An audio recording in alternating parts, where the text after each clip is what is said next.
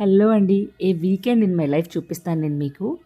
అయితే ఇంతమంది పిల్లలకి ఇక్కడ కోలాటం చెప్పిస్తున్నాననమాట. ఎందుకు ఇది అంటే మెల్బర్న్‌లో జరగబోయే సీతారాముల కళ్యాణం కోసం ఒక ప్రోమో రికార్డ్ చేస్తున్నామనమాట. నేను కాలేజ్‌లో ఉన్నప్పుడు ఇలా చాలామందికి కోలాటం చెప్పించేదాన్ని. ఒకసారి కార్పొరేట్ లైఫ్‌లోకి వచ్చాక నాకు అవకాశం దొరకలేదు ఇండియాలో. మళ్ళీ ఆ దేవుడి దయ వల్ల ఆస్ట్రేలియాలో నాకు అవకాశం దొరికిందనమాట.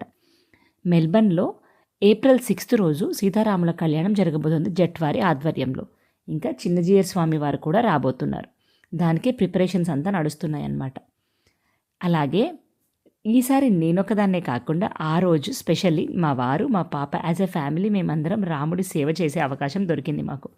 నేను కోలాటం చెప్పిస్తూ, శ్రితా కోలాటం చేస్తూ, మా వారు ఆశ్రమం క్లీన్ చేయటానికి మాకు అయినంత ఏదో ఉడతా భక్తి మేము రాముడికి సేవ చేసుకునే అవకాశం మాకు దొరికింది. అది నాకు చాలా హ్యాపీగా అనిపించింది. దాంతోపాటు ఆ రోజు రాఘవేంద్ర స్వామి జన్మ నక్షత్రం ఉన్న డే అనమాట. మన గురువు గారి బర్త్డే రోజు మనకి ఇలాంటి సేవ చేసే అవకాశం దొరకడం ఎంత స్పెషల్ కదా.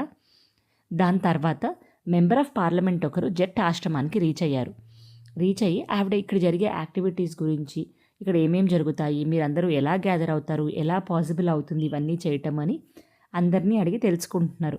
ఇక్కడ కల్చరల్ యాక్టివిటీస్ జరుగుతాయి. డ్యాన్స్, సింగింగ్, తెలుగు క్లాస్, ప్రజ్ఞా క్లాసెస్, ఇలా చాలా యాక్టివిటీస్ జరుగుతాయన్నమాట ఆశ్రమంలో. ఆవిడ ఇవన్నీ అడుగుతూ మీకు అందరికీ కనెక్టింగ్ పాయింట్ ఏంటి, అసలు మీరు ఎలా గ్యాదర్ అవుతారు ఇలా ఇక్కడ అని అడిగారనమాట. అంటే ప్లేస్ ఆఫ్ వర్షిప్ ఇది, ప్లేస్ ఆఫ్ లెర్నింగ్, ఇలా అన్నీ ఉన్నాయి కదా అని. అయితే ఇన్స్టెంట్గా వచ్చిన ఆన్సర్స్ ఏంటంటే మా కంట్రీ మా దేవుడు.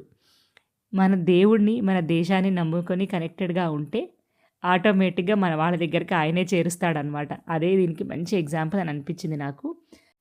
ఇక్కడున్న తెలుగు క్లాసెస్, ప్రజ్ఞా క్లాసెస్, సంగీతం, డాన్స్ టీచర్స్ అందరితో పాటు నాకు కూడా ప్రివిలేజ్ దొరికింది. ఆవిడతో పాటు కలిసి కూర్చొని ఇవన్నీ థింగ్స్ డిస్కస్ చేయడానికి, మాట్లాడడానికి నాకు చాలా హ్యాపీగా అనిపించింది. బాయ్.